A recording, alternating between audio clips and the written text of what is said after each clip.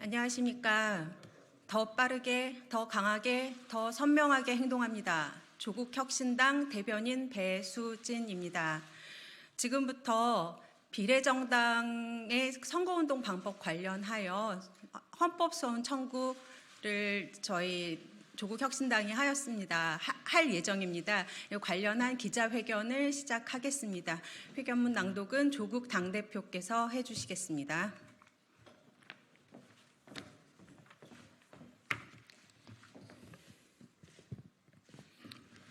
안녕하십니까. 조국혁신당 대표 조국입니다. 저는 오늘 현행 공직선거법의 문제점을 지적하려 합니다. 현행 선거법은 비례대표 후보만 출마한 정당의 선거운동을 지나치게 제약합니다. 헌법에 위배되지 않은지 헌법재판소의 판단을 구해보고자 합니다. 조국혁신당은 지난달 3일 창당한 신생정당입니다. 22대 총선에 지역구 국회의원 후보자를 추천하지 않았습니다.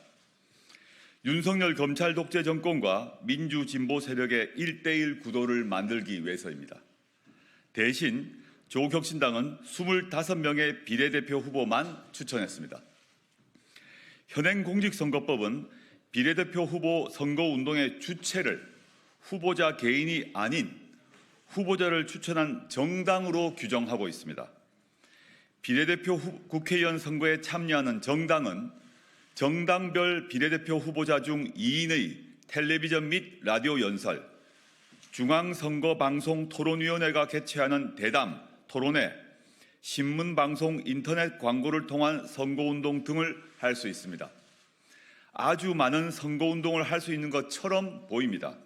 하지만 유권자들을 직접 만나서 할 수 있는 것은 없습니다. 조국혁신당의 비례후보 정당 투표 기호는 9번입니다. 비례후보들이 할 수 없는 9가지를 말씀드리겠습니다. 첫째, 유세차를 쓸 수 없습니다. 둘째, 로고송을 쓸 수 없습니다. 셋째, 유권자의 시선을 끌 수 있는 선거운동원의 율동이 없습니다. 넷째, 마이크를 쓸 수 없습니다. 다섯째, 공개 장소에서의 연설이나 대담이 없습니다. 여섯째, 플래카드를 내걸 수 없습니다. 일곱째, 후보자의 벽보를 붙일 수 없습니다.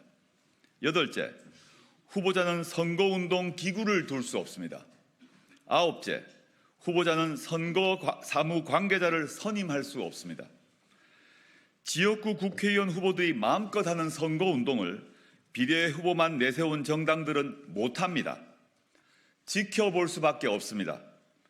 제가 전국을 돌아다니며 유권자들을 만난 자리에서 오로지 육성으로 기자들의 질문에 답하는 형식을 빌어 유세 아닌 유세를 할 수밖에 없는 이유입니다. 헌법재판소는 과거 이와 같은 비례대표제 선거운동 방법에 관해 몇 차례 합헌 결정을 한 바 있습니다.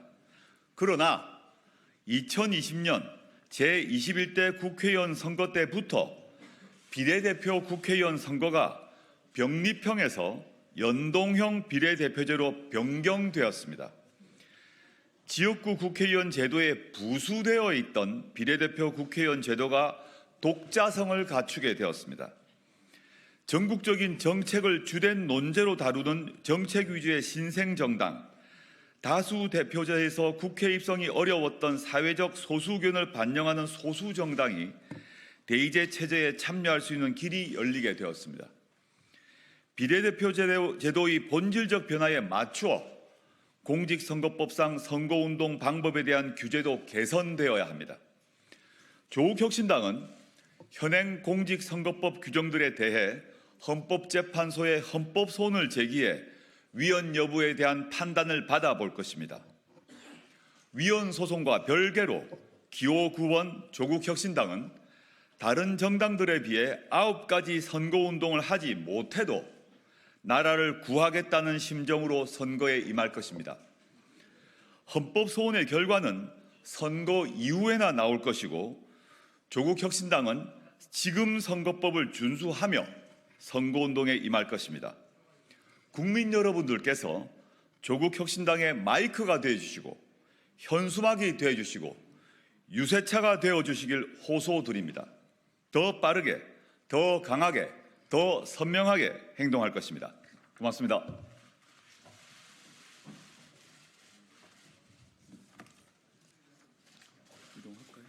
네, 이상으로 기자회견을 마치고 추가 질문은 밖에서 백브리핑 형식으로 받도록 하겠습니다. 감사합니다.